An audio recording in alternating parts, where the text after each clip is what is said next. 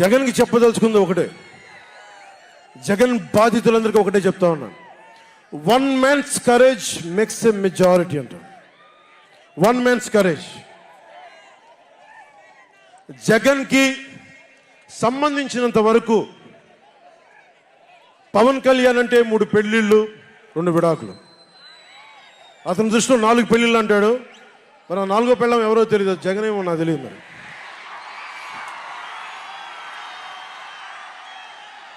నాకు ఇదే విసుగొస్తుంది. జగన్ లేని 4వ పెళ్ళవుటే నువ్వేరా.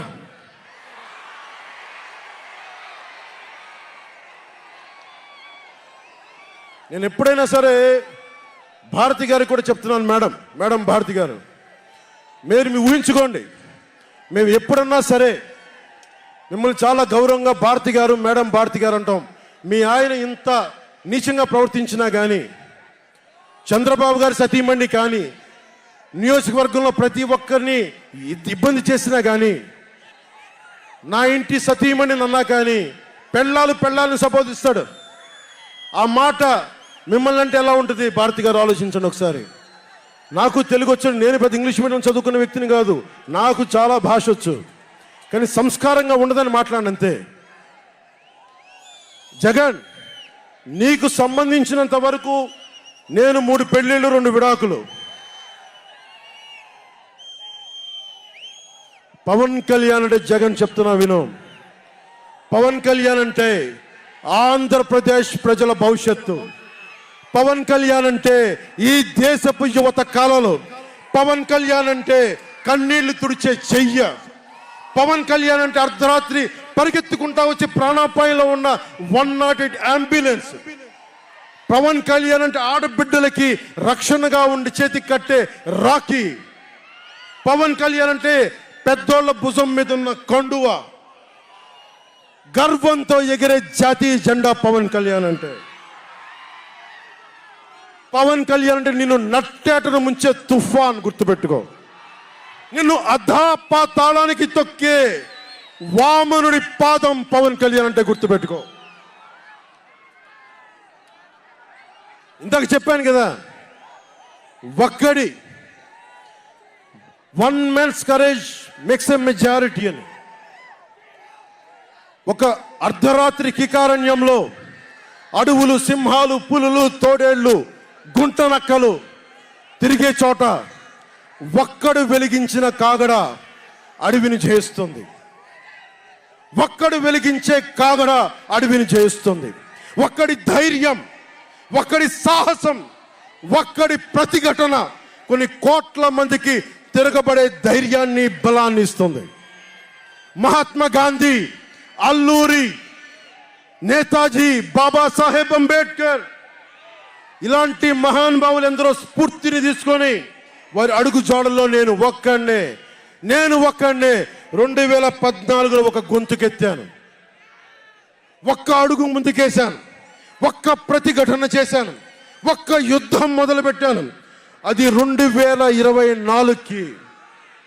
అక్కడ దూరంగా ఉన్న వాటి మీద ఎక్కి ఉన్న జన సైనికులు, విదేశాల్లో కూర్చున్న తెలుగు ప్రజలు, ఎక్కడో టీవీల్లో వీక్షిస్తున్న మహిళలు, పెద్దలు, పిన్నలు, ఉద్యోగం మరి ఆపేసి, పని పక్కన ఆపేసి టీవీలో కూర్చొని చూస్తున్న ఈ ఉపన్యాసాన్ని చూస్తున్న ఒక సగటు యువకుడు,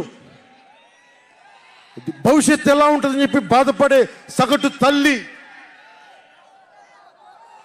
స్టేజ్ మీద కూర్చున్న, అలాగే టీవీల్లో గ్లోబల్గా మొత్తం చూస్తున్న ప్రతి ఒక్కరు, అలాగే ఈ వేదిక పైన, స్టేజ్ పైన కూర్చున్న ఒక క్లేమోర్ మైన్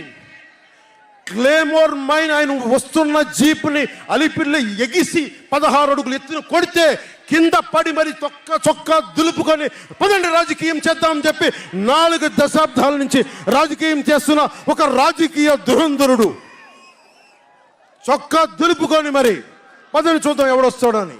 అలాంటి రాజకీయ దురంధరుడు, రండి రాజకీయాలు చేద్దాం అని అలాంటి వారితోటి ఆయన్ని నమ్ముకున్న ప్రతిష్టాత్మకమైన తెలుగుదేశం పార్టీ, ఆయన వెనక నడుస్తున్న తెలుగు తమ్ముళ్ళు, ఆయన వెనక నడుస్తున్న తెలుగు తమ్ముళ్ళు, తెలుగు మహిళలు, నన్ను నమ్మి నిలిచిన నా జన సైనికులు, నన్ను నమ్మి నా వెంట ఉన్న వీర మహిళలు, నా వెన్నంటే ఉండే నా జనసేన నాయకులు, కత్తి దూసి కథన రంగంలో దూకడానికి సిద్ధంగా ఉండే మన యువత, వీళ్ళందరూ కూడా ఈ రోజున మనం వచ్చింది, మీరందరూ కూడా గత 5 సంవత్సరాలుగా మీ స్థానాల్లో వేదిక పైన కూర్చున్న పెద్దలు కానీ, ఇటు సైడ్ కూర్చున్న నాయకులు కానీ, మీరు కానీ, టీవీలో వీక్షిస్తున్న ప్రతి ఒక్కరూ మీదైన యుద్ధాలు, మినీ యుద్ధాలు వైసీపీ దుష్ట పాలన మీద చేస్తూనే ఉన్నారు. ఈ రోజున తాడేపల్లిగూడెం నుంచి నేను ఒకటే పిలిపిస్తున్నా, ఈ మినీ యుద్ధాలన్నీ కలిసి ఒక మహాయుద్ధాన్ని ప్రకటిస్తున్నాను 2024 ఎన్నికలకి.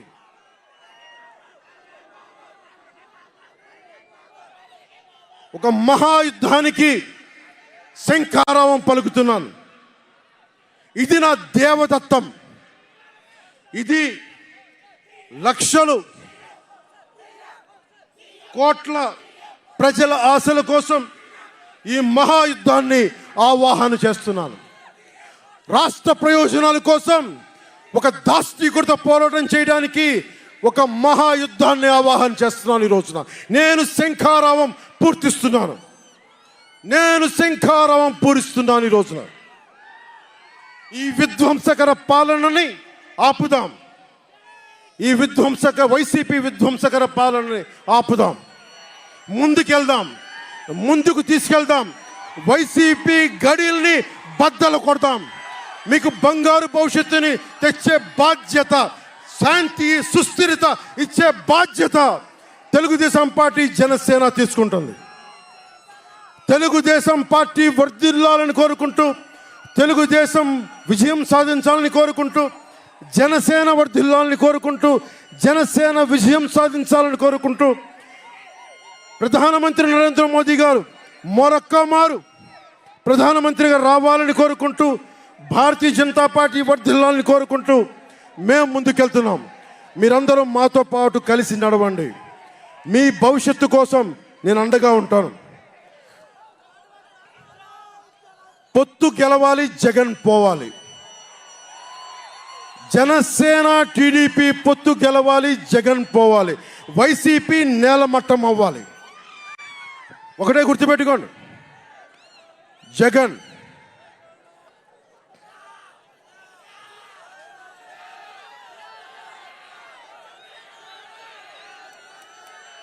ఏం చెప్తాం? హలో ఏపీ చెప్తామా?